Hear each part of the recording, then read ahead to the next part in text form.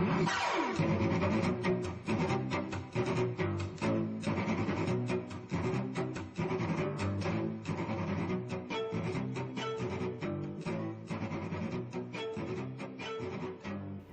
And so I think that a lot of these apps have kind of leaned on badging as a substitute for an inability to generate those kinds of social interactions. Foursquare's done the best in terms of generating those social interactions. But you think about Twitter and Facebook, they grew up to be kind of like the two giants of the internet without ever awarding a single badge for a single behavior ever. That's an excellent point. No, I mean, from our perspective, the utility of the apps, of just letting people know where you are, and the game mechanics are pretty much are meant to, again, this is from our perspective, meant to sustain consumers and their level of interest until the platforms reach a critical mass where the brands can take over and offer actual real financial value through loyalty programs and coupons and discounts. And it's getting there. It just hasn't gotten there yet to kind of warrant a significant amount of resources on the part of McDonald's or Starbucks to really invest in these platforms. Yeah, so you brought up financial value, and it's the end-all be-all question of location, or as some people have put it, taking the BS out of LBS. So, Claudio. Are people making money on these platforms? Are companies, brands like McDonald's and Starbucks, are companies that are local brands that maybe have one brick and mortar? Are we in that stage of, location-based services are more of a startup and we're banking on the fact that money is going to be made in the future? Or are companies actually having successful campaigns and successful long-term engagements? Everybody's smiling, so I'm assuming nobody's making money on Bizzy yet. Good job. I mean, unless you use some fuzzy math and just kind of try to put a dollar value on the brand sharing that you're getting every time somebody checks in. The awareness. But other than that, no, like the sales needle isn't being moved yet. So I think that there's two companies that are actually doing a good job of helping other companies make money. I think one of those is Yelp, but they've got a real solid love-hate relationship with local businesses, and the other one is Groupon, which is a straight pay-for-customer acquisition play, right? So it's almost by definition that Groupon helps those companies make money because people pay for them. Sorry? What companies is Groupon helping make money for? Oh, from small businesses? Look, if you read the reports about small, and there's thousands of Groupons being offered a day. But if you look at the reports from the companies that are like evaluating online or publicly talking about their experiences, they split. Some of them are like, hey, this is the greatest thing that I've ever done for my business. And some of them are like, I would never do this again, ever. Who that truly understands their business and the long-term value of the customer and how to convert a discount customer into a regular customer is actually making money. I mean, is there anybody?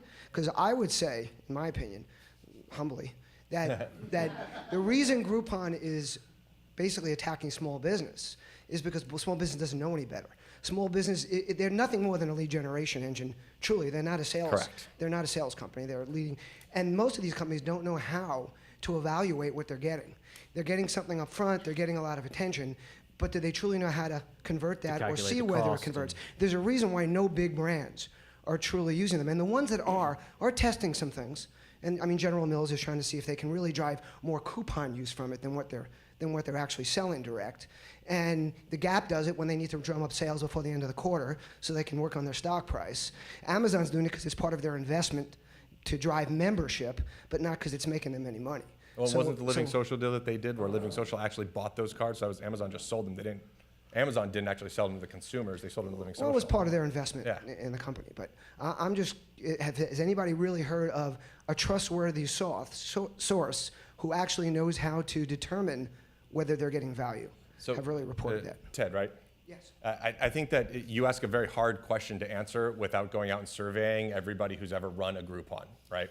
I've talked to a lot of small businesses that have run Groupons, and just anecdotally, I've got a friend who runs a craft store around the corner from me, and she's run 3 Groupons now because she says it's the single best thing that she's done because people come into her shop, they buy the crafts, she upsells them on the class, and she says that it's worked out really well for them. So I can't say with certitude that Groupon gets an overall grade of whatever for helping companies make money. I do know for a fact that there are companies out there that it's working for. And I think that you've got to think realistically about the way that Groupon's doing their sales, where there's got to be case studies that they're presenting to people and testimonials that they're giving in their sales process. So I don't think that we can discount the fact offhand that Groupon's helping people make money. Otherwise, they wouldn't be, filing for IPOs and filing up, 7,000 sales employees and things like that. But you do bring up a really good point. And I think that is that small businesses, and these are mostly like non-chains, non-retail, like not your customers, Rob, don't know how to close the loop on the programs that they put in place. And this right? is the vast majority of businesses. And this is the vast majority of business, right? And this is, you use the word praying, which I think it might be strong, but I don't think it's like, I think people understand what you mean when you say praying. And I think that one of the key things that happens is that when these small businesses go in and they try these new programs, right? They don't know how to find out if it's working, and the big brands don't know how to find out if it's working. And so I think that brings us back to the point where, we all recognize that we're in an experimental phase right now where we're trying things. We're figuring out how do we measure it, how do we call ROI? And I think that we'll get through that eventually, but right now it's, I don't think anybody knows. Eventually. We got one here, and then we're coming over here. Over here first. What's the time? How are we doing? 10 after 4. What's the time left on the panel? Okay. I'm We'll not. do these last 2 questions from the audience. I'm not quite sure what it is I'm trying to articulate here, so bear with me. We'll help you all out. All right. So instead of location-based services, let's say you started talking about temporal-based services, events taking place that are not necessarily location-based at stores, but that will be taking place, say, across the country on a channel. Like the 4th of July, maybe. Well, a sale of a product, let's say, okay. product specific, but the sale taking place on some channel on TV that will be taking place. Can you talk to me a little bit about your applications or any of them with respect to that kind of event and how these applications might benefit product, companies and brands with products in that venue? On television? Well, it doesn't necessarily have to be on television, right? Could be television, could be radio, could be, as long as there's an event taking place with respect to products of a brand. It could be value-based, could be a new product. Well, I think Amazon and Groupon are both going in this direction, where they're trying to use these services to get people to make purchases according to where they are, according to what they're interested in, according to what they've signed up for, whether it's subscribing to stuff in New York or whether they're subscribing. Amazon has information about what products we're interested, whether it's business books or housekeeping things. What have you guys seen interesting things in this area of the industry, expanding past just the location and more temporal? Well, I use mean, cases? I think one of the big trends right now is that, people, when people are watching TV or consuming other media, their smartphone's in their hand. And so there's, I think connecting what's, on the TV to the mobile device that, most people are going to have in their hand while they're watching TV, because it's almost actually like a TiVo device in a way. If you don't have a TiVo program and you get to a commercial that you have to watch, this is what I'm doing. Yeah. I'm ignoring that, and then I'm waiting for the show to come back on and consuming content that I want to consume, and then the program comes back on and I watch it again.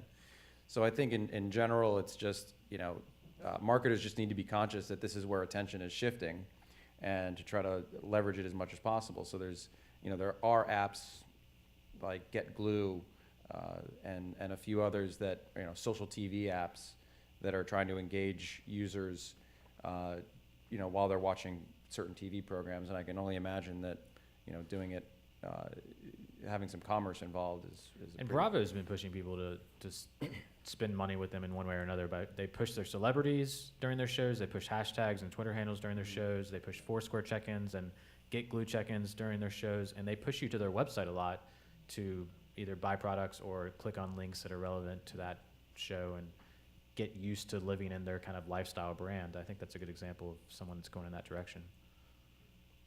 All right. Last question over here.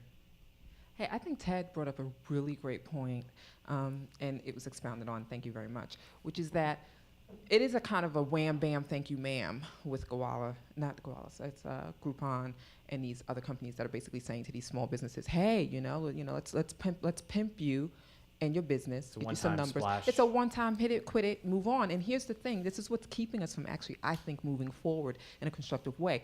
Is there a responsibility on the part of these big now, multi-million-dollar companies? Groupon is worth a lot of money now, to educate at the same time that they are actually engaging these small businesses on metrics, which is really important. No one understands metrics right now, right? These small businesses. And also, in terms of education, the developers, the API developers, I have to admit, when I come to you guys and I say, hey, listen, I'm at this event, I have 500 people, I can get your app into the hands of 300 of them, maybe 200 will say, okay, let's use it.